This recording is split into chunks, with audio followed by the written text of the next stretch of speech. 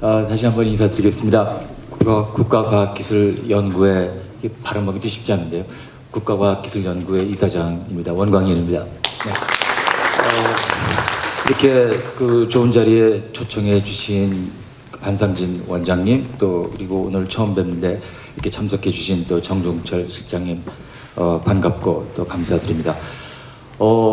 사실 저도 평생 학교에서 그냥 강의를 해왔습니다. 30년 넘게.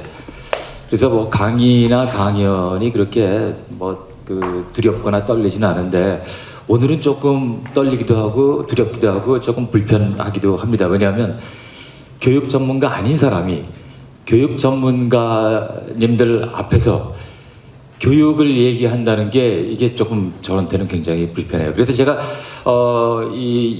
오늘 이 기조 강연을 어레인지 하면서 제가 담당자한테 다 좋은데 이 제목에서 교육자를 좀 빼면 어떠냐? 그랬더니 그건 안 된다. 교육 혁신을 논하는 자리이기 때문에 교육자는 꼭 들어가야 된다. 그래서 아니 파리 바게트 가도 바게트가 없을 때도 있는데 괜찮지 않겠는가? 그래도 제목에는 그래도 들어가는 게 좋겠다. 그래서 제가 그냥 넣었습니다.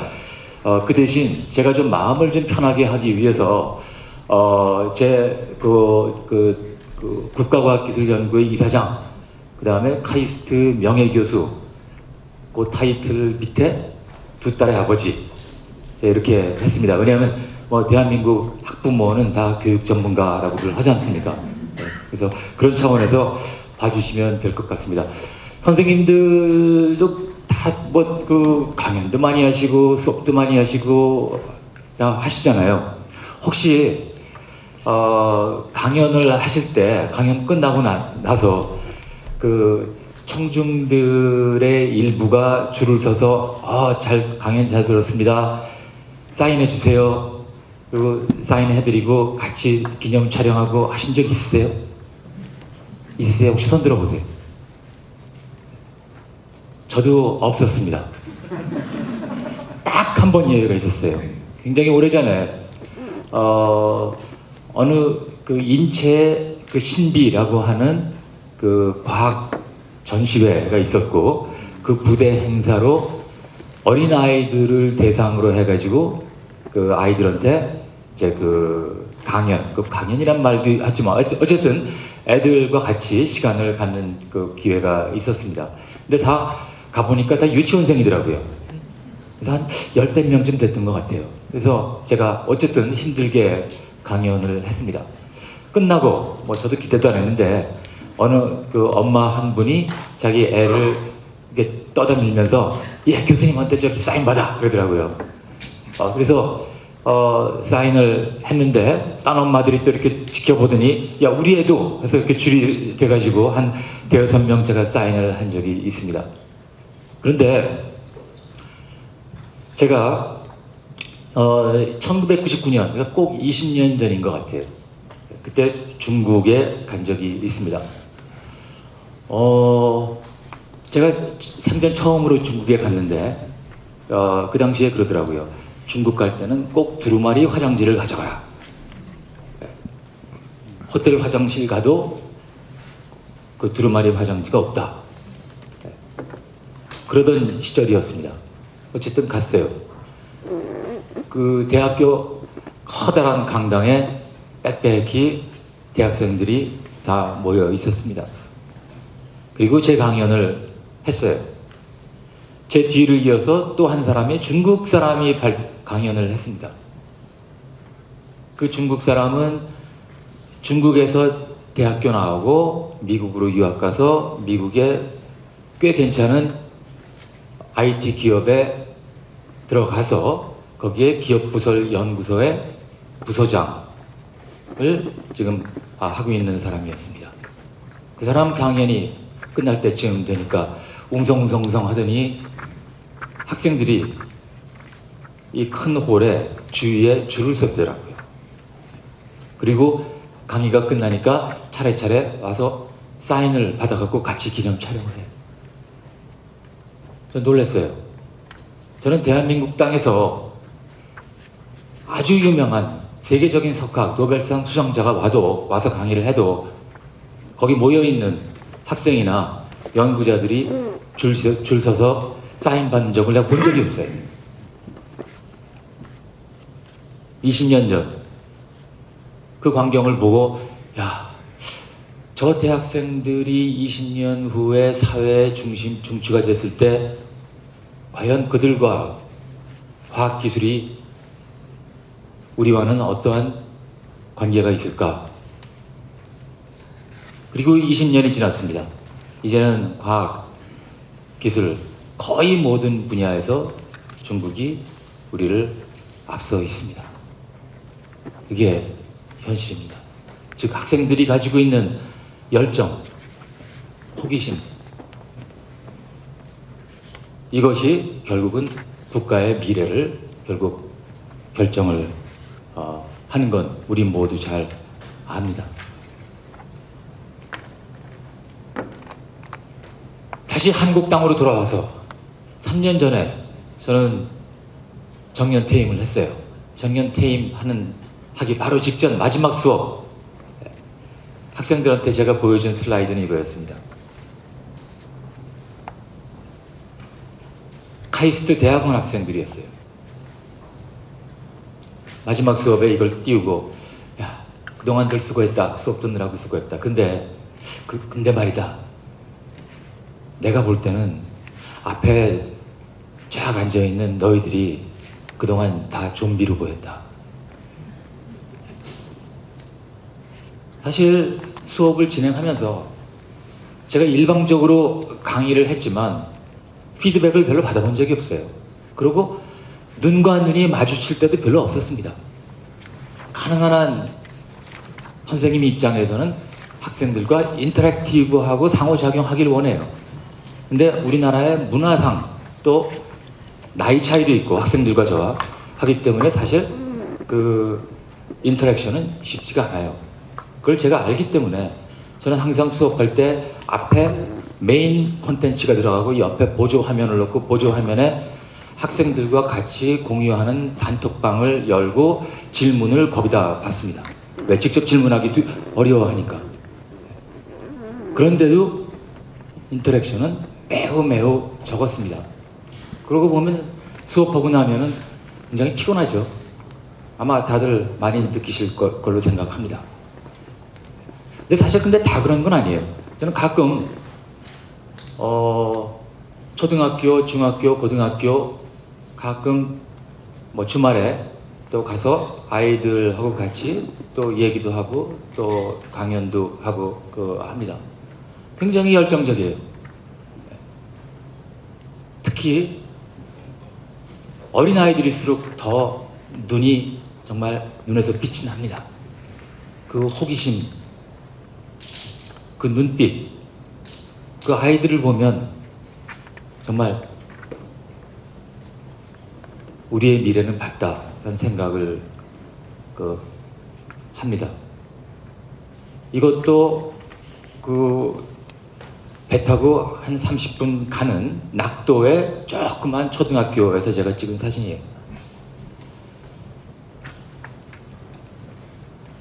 그래서 제가 그동안 유치원생, 초등학생, 중학생, 고등학생, 대학생, 대학원생 이게 보면서 평균을 잡아가지고 학생들의 눈동자를 관찰을 했습니다. 초등학생, 중학생, 고등학생, 그리고 이제 고3에서 이제 그 시험 다 끝나면은 그리고 대학 결정이 되면은 그 다음에는 본인이 이 세상에 태어나서 사람으로서 해야 될 역할을 다 끝낸 것 같은 그런 상황으로 바뀝니다. 대학생, 그 다음에 대학원생, 또 졸업하고 나가서 또 기업에 들어갑니다. 가끔 저도 또 기업에 또 가끔 강연을 직원들 대상으로 또 재기업이나 강연을 다녀요. 대충 뭐 크게 다르지는 않습니다. 그래서 저는 이거를 제가 뭐라고 이름 붙였냐 하면 제가 이렇게 이름을 붙였습니다. 우리는 다시 한번 그 전체를 좀 리뷰할 필요가 있습니다. 우리는 분명히 저는 미국에서도 가르쳤고 프랑스에서도 가르쳤고 이스라엘의 영재 학교에서도 한번 특강을 한 적이 있습니다. 어디 가도 저는 대한민국 학생들이 정말 월드 베스트라고 생각합니다. 선생님들, 교수들 다들 대단하세요. 시설도 예전과 다릅니다. 이스라엘의 영재 학교 가도 우리보다 시설이 훨씬 떨어지더라고요. 그 좋은 시설. 그런데 우리는 거기서 최고의 교육을 제공하고 있는가? 그래서 우리의 고민은 뭐 많이들 하는 얘기입니다. 좀 자주 섞인 얘기이긴 하지만 19세기 교육 모델을 20세기 교사가 21세기 학생을 대상으로 하고 있다. 이런 얘기들을 많이 합니다. 그 중에도 그 19세기 교육 모델이라는 거는 너무나 잘 알죠. 우리 1차 산업혁명 직후에 제대로 된 그 교육 시스템이 생겨났습니다만, 당시에 기술 발전에 의해서 산업이 생기고 대기업이 생기고 그 기업에 서포트하기 위한 금융 시스템이 생기고 또 이 산업 전체를 또 아우를 또 관료 시스템이 생기고 이렇게 되니까 경제 규모가 커지고 또 그에 필요한 또 대량의 그 양질의 또 그 학생을 배출할 필요가 생겼습니다. 그래서 공장에서 물건 찍어내듯이 우리는 교육을 합니다. 저도 그렇게 교육을 받았습니다. 그래서 실제로 콘텐츠만이 아니고 실제 그 외양을 보더라도 사실 어떤 것이 학교 건물이고 어떤 게 공장인지 사실 구별하기 어려워요. 어느 게 학교라고 생각하세요? 빨간색? 파란색? 구별 못 하시겠죠? 네, 사실 둘 다 학교입니다. 네. 그 안에서는 우리는 공산품 퀄리티 컨트롤 하듯이 우리는 학생이 객관적이고 규격화되고 표준화되고 등급화를 합니다. 그래서 불량품도 가려내고 또 좋은 제품도 또 거기서 또 픽업해서 또 영재 학교로 보내고 등등을 합니다. 이러한 상황에서는 주관성이나 정보 공유, 협업, 이 세 개는 21세기 교육의 제일 중요한 덕목이라고 생각하는데 가급적 우리는 이것을 억누르고 있고 결국은 수직적인 체계로 갑니다. 그래서 우리의 비즈니스 모델은 비교적 단순해요. 학교라는 곳이 인풋, 아웃풋, 그 다음에 아웃풋 가지고 다시 피드백을 해서 조금 개선을 하면서 결국 핵심은 앞에서 퀄리티 컨트롤 또 뒤에서 퀄리티 컨트롤을 합니다. 뭐 어느 공장이나 다를 바 없습니다. 사실 이거는 우리나라만이 아니고 전 세계 마찬가지입니다. 3대 미국 대통령 토마스 제퍼슨은 교육가자 건축가였습니다. 그분이 실제 버지니아 주립대학을 설계를 했어요. 캠퍼스를 설계했습니다. 그리고 이분이 대학을 설립하셨는데 이때 이분이 생각했던 캠퍼스의 가장 이상적인 미국의 미래를 책임질 인재를 양성하기 위한 기본적인 시스템, 가장 이상적인 시스템을 그리고 그대로 실행을 했습니다. 그때의 그림과 지금의 사진은 당연히 변함이 없습니다. 기본적인 그 모델은 이 그림과 같습니다. 학문 전체를, 대학교 전체를 관장하는 헤드쿼터가 있고, 그다음 플러스 거기에 라이브러리가 있고, 그 다음에 각 분야마다 전문가를 키우기 위해서 뭐 영문학, 그다음에 사회학, 그다음에 공학 이렇게 다 분리를 하고 그들 사이의 인터랙션, 그들 사이의 커뮤니케이션은 별로 사실 중요하지는 않았어요. 이것이 오늘날에 어느 대, 서울대, 고려대, 연세대 어딜 가도 대충 비슷한 형태의 캠퍼스 구조입니다. 제가 어느 미국의 캐나다의 조그만 대학의 총장하고 얘기를 할 기회가 있었는데 그 총장의 서원이 그러더라고요. 제가 정말 캠퍼스 이쁘다라고 했더니 이거는 이제 19세기 모델이다. 이제 우리의 캠퍼스는 페이스북과 같아져야 된다. 그래서 페이스북과 같다는 것이 어떤 캠퍼스냐? 단순히 페이스북을 사용하는 것이 아니라 페이스북처럼 콘텐츠가 자유롭게 교환하고 거기서 새로운 지식이 만들어지는 형태의 그걸 촉진시키는 캠퍼스여야 되겠다. 그런 얘기를 하더라고요. 어쨌든 우리가 생각하는 인재는 당연히 그 시대를 반영합니다. 따라서 우리가 인재를 얘기하면 교육을 얘기해야 되고 교육을 얘기하려면 시대상을 봐야 됩니다. 그래서 우리가 궁금한 건 다음과 같은 것들이죠. 어떤 세상이 올 것이냐, 또 왜 그렇게 됐냐, 또 뭘 교육해야 되는가, 또 어떻게 해야 될 거냐 하는데 놀랍게도 사실은 여기에 대한 답은 이미 사실 알고 있어요. 실행을 못해서 그렇지. 네.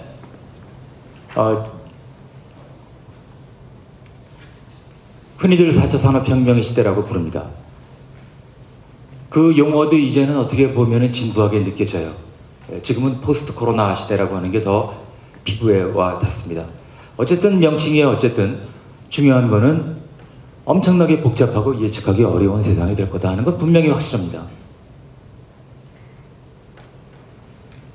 왜 그럴까? 그것은 그 기술과 또 이 기술을 최대한 상업화해서 또 물질화하려고 하는 또 자본주의가 둘이 상승작용을 일으켜서 좀 그렇게 됩니다. 그럼 뭘 해야 되겠습니까? 당연히 미래가 AI 시대인지 뭔지는 잘 모르겠습니다만 어쨌든 이 복잡하고 예측하기 어려운 세상을 살아나가는 방법을 가르치면 되죠. 어떻게 해야 될까요? 잘해야죠. 어떻게 잘해야죠? 이 대목이 제가 볼 때는 그냥 오늘의 핵심일 것 같아요. 어떤 인간, 기계와 정반대가 되겠죠. 그렇지만 기계와 공존을 할 수 있어야 합니다. 저는 그것을 하이브리드 인간이라고 부르겠습니다. 그리고 그것에 대해서는 조금 뒤에 또 좀 얘기를 하도록 하겠습니다. 교육은 어떻게 해야 되겠는가? 제가 이름을 그냥 하이브리드 교육이라고 붙였는데 결국 여기서 핵심은 저는 민주주의라고 생각해요. 그게 무슨 의미인가는 잠시 후에 말씀을 드리도록 하겠습니다. 하이브리드라는 단어를 제가 썼는데 하이브리드라는 단어는 이미 익숙합니다. 하이브리드 자동차. 뭘로 가죠? 전기와 가솔린으로 갑니다. 전기와 가솔린이 서로 융합해서 믹스가 됩니까? 아니죠. 상황에 따라서 어떤 때는 전기, 어떤 때는 가솔린으로 동작을 합니다. 즉 다시 얘기해서 하이브리드라는 개념의 핵심은 이질적인 요소 또 심지어는 서로 상충되는 요소 또 보완적인 요소들이 같이 존재하고 그것들이 협력하고 시너지를 만들어 가지고 최적의 솔루션을 만들어낸다 하는 것이 하이브리드라고 하는 용어의 핵심이라고 보시면 되겠습니다. 사실은 이 하이브리드라는 개념, 하이브리드적인 접근은 사실은 낯설지가 않아요. 이미 우리는 아날로그와 디지털의 하이브리드, 하드웨어와 소프트웨어의 하이브리드, 알고리즘과 데이터의 하이브리드, 온라인, 오프라인의 하이브리드 세상에 살고 있습니다. 또한 문화와 기술의 하이브리드. 요즘에 사회에서 일어나는 대부분의 문제들은 기술적으로만 해결은 안 돼요. 문화적으로 같이 그것이 성숙이 돼야 문제가 솔루션이 나옵니다. 또 인간과 기계의 하이브리드. 근데 재밌는 거는요. 여기 열거 했는데 어떠한 문제가 있을 때 이건 예를 들면 첫 번째 아날로그 디지털. 어떤 부분은 아날로그로 디자인하고 어떤 부분은 디지털로 디자인해야 되는가 라는 문제에 봉착했을 때 거기에는 정답은 없어요. 이것은 우리가 얼마만큼을 아날로그로 접근하고 얼마만큼을 디지털로 접근할 것인가 하는 우리의 디자인의 문제입니다. 하드웨어, 소프트웨어도 마찬가지고 여기에 나오는 모든 것들이 결국은 우리한테 선택입니다. 하느님이 주어지진 않아요. 인간과 기계도 마찬가지입니다. 인간과 기계 얘기하니까 우리는 뭘 생각하냐면 사이보그 생각을 해요. 기계화된 인간. 실제로 오래전에 제가 2003년인가 한번 그 전시를 한 적이 있어요. 전시장 입구에 제가 문을 세웠습니다. 거기다 문을 세우고 그 출입구를 2개를 놓고 장난삼아 하나는 인간 전용, 하나는 기타. 이렇게 했는데 전시관에 온 사람들이 무심코 그냥 아무 데나 들어가는 사람도 있지만 어떤 사람은 저는 좀 충격을 받았는데 딱 보고 인간 전용 이렇게 보니까 하고 기타로 들어가더라고요. 어떻게 된 거죠? 그 후 15년 이후 2016년에 2016년에 제가 국립현대미술관에서 전시를 한 번 더 했어요. 이때 제가 이 전시장을 다 관람하고 나가는 입구에 제가 설문조사를 했습니다. 대충 한 2,000명 정도가 설문에 응했어요. 그 중에 여러 개의 질문이 있지만은 질문 하나. 혹시라도 당신이 신체 중에 교체하고 싶은 부분이 있으십니까?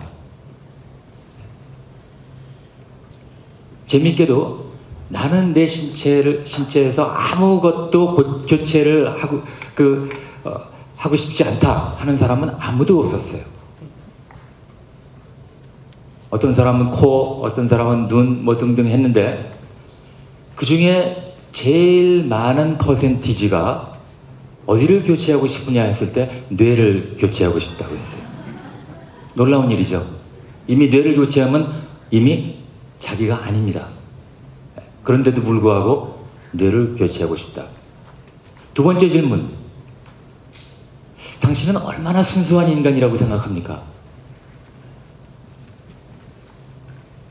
어느 정도 기계화됐다고 생각합니까? 역시 순수한 인간이라고 생각하는 사람은 극소수고 평균을 내보면 30% 내지 40%는 이미 내가 순수한 인간이 아니고 30% 내지 40%는 기계다 라고 답을 합니다. 이미 알게 모르게 우리는 스스로를 사이보그라고 정의를 하고 살고 있어요. 그러나 제가 여기서 하이브리드 접근하면서 맨 마지막에 인간 플러스 기계라고 한 거는 사이보그 얘기는 아닙니다.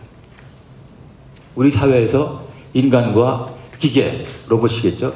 인간과 기계가 공존하면서 최적의 솔루션을 만들어내는 그런 사회를 얘기를 합니다.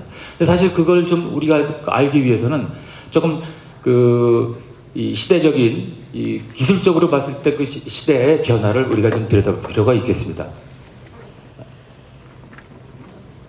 도대체 테크놀로지는 어느 방향으로 발전하고 있을까? 여러 가지 제안들이 있습니다. 또 다 들어보신 것들입니다. 사실 그런데 이것은 단편적인 기술에 불과하고 실제 기술의 트렌드를 보면은 이 한 장으로 정리가 될 것 같아요. 정보, 즉 데이터. 이거는 옛날에 부수적인 거였습니다. 있어도 되고 없어도 되는 것. 어떤 사물이나 어떤 현상이나 어떤 사상을 설명하는데 정보는 부수적인 역할을 했어요. 근데 이제는 정보가 물질에 앞서서 더 중요한 역할을 하고 있습니다. 즉 정보가 예전에는 목적어였는데 지금은 주어가 되어버렸습니다. 즉 정보가 살아 움직이기 시작합니다. 그리고 2번째, 그러한 정보가 물질 속에 스며들기 시작합니다. 그러니까 물질이 스마트해지기 시작해요. 예전에는 멍청한 물질들이 스마트해지기 시작합니다. 그리고 세 번째, 아시다시피 사물 인터넷 등의 얘기가 나옵니다. 그런데 재미있는 거는요, 컴퓨터를 네트워킹해서 인터넷을 만드는 게 누구죠? 우리예요. 인간입니다. 그것도 부족해가지고 이 세상에 있는 모든 사물을 다 네트워킹으로 연결하자 해서 연결시키고 있는 것도 누구예요? 인간이에요. 즉 인간이 모든 사물들을 다 네트워킹 시키고 있습니다. 근데 거꾸로 인간들도 네트워킹 되고 있어요. 누구에 의해서? 기계에 의해서. 즉 다시 얘기해서 페이스북이 알고리즘을 조금 바꾸면, 트위터가 알고리즘 조금 바꾸면, 카카오톡이 알고리즘 바꾸면 우리의 네트워킹이 바뀝니다. 우리의 네트워킹이 바뀌면 우리의 사회 구조가 바뀝니다. 따라서 이대로 가면 주객은 전도가 될 수밖에 없습니다.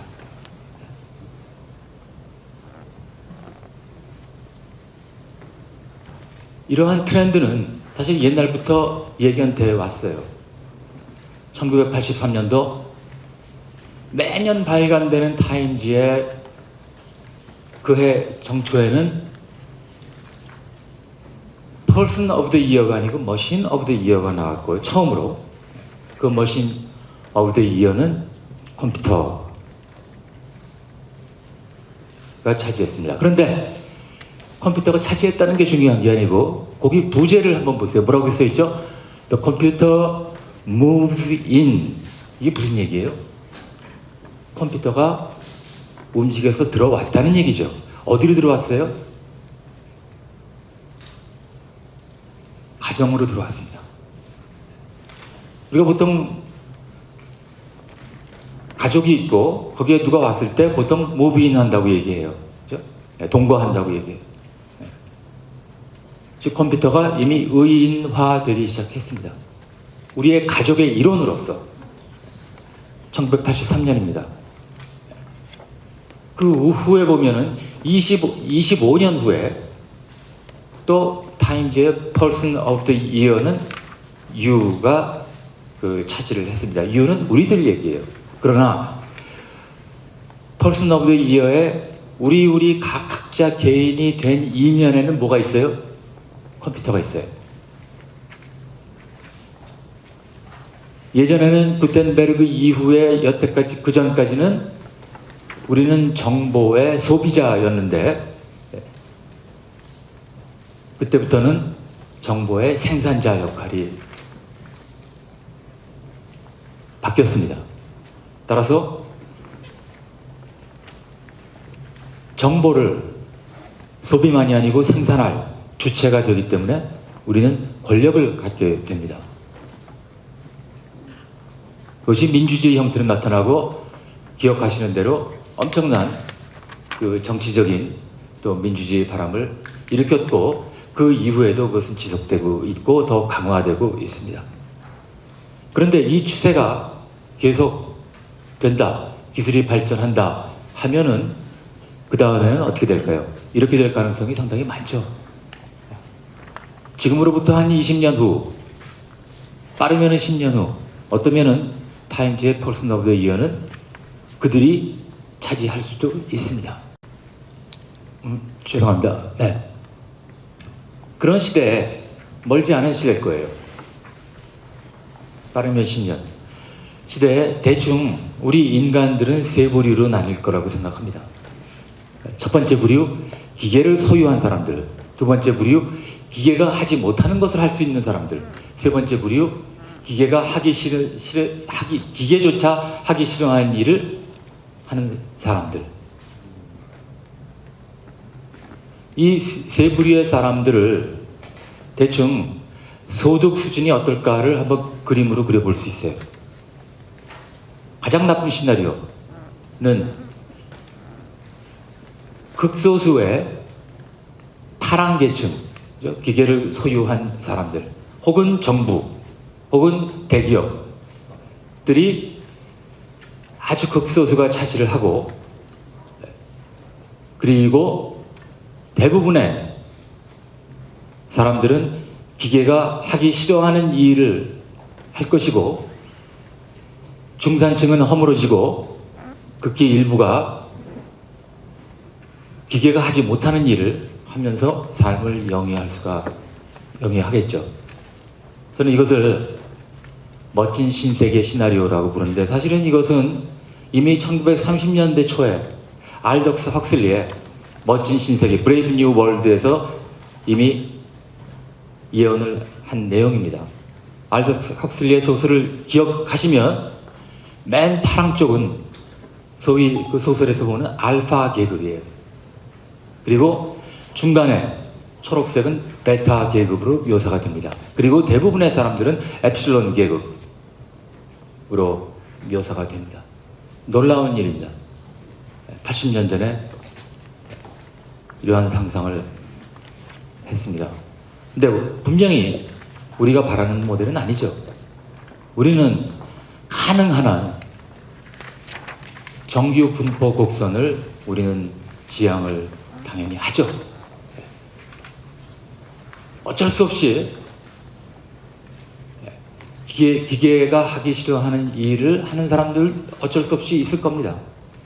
또 기계를 소유한 사람들, 또 기계를 소유한 정부, 대기업 뭐 있겠죠. 그러나 바라기는 대부분의 사람들은 기계가 하지 못하는 일을 하면서 삶을 영위하기를 바랄 겁니다. 그러면 기계가 하지 못하는 일은 도대체 어떤 일인가? 그건 가장 인간적인 일일 겁니다. 그죠?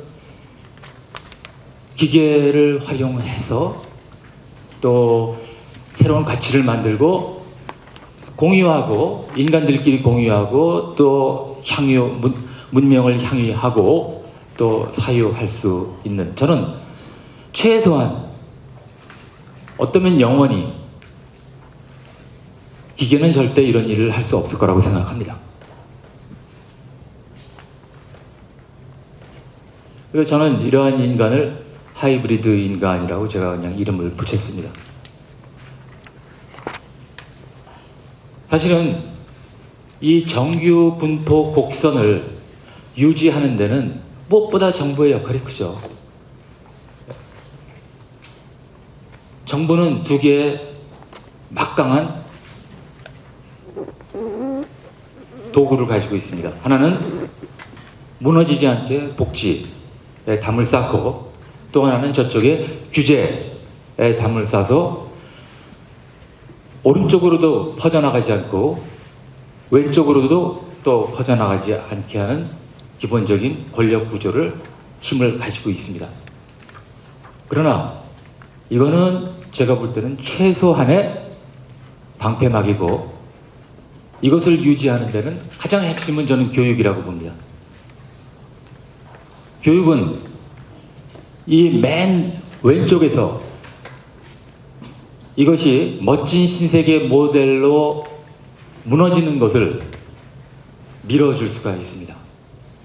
또한 교육은 극소수의 층이 무한한 권력과 무한한 자본을 가지고 또 착취하는 것을 또 견제할 수도 있습니다.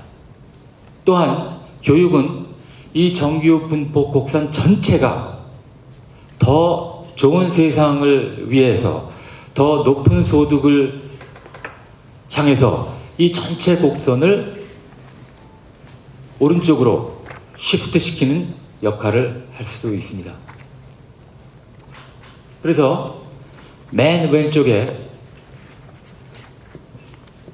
무너지지 않는 역할을 하는 것은 복지 기반 교육, 교육이라고 부르면 될 것 같아요. 또 이쪽 탐욕스럽지 않게 적절한 수준에서의 영재 교육을 하는 것도 역량 기반 교육의 역할이라고 봅니다. 이 전체의 이 커브를 더 나은 세상을 만들기 위해서 이 커브 전체를 오른쪽으로 움직이는 것, 이것은 그냥 우리 전체의 그 교육 시스템 전체입니다. 그래서 그걸 또 구태의 이름을 붙이자면 뭐 그냥 요즘 유행하는 단어로 어떤 방향성을 융합이라고 보고 그냥 융합교육이라고 제가 그냥 이름을 붙이겠습니다.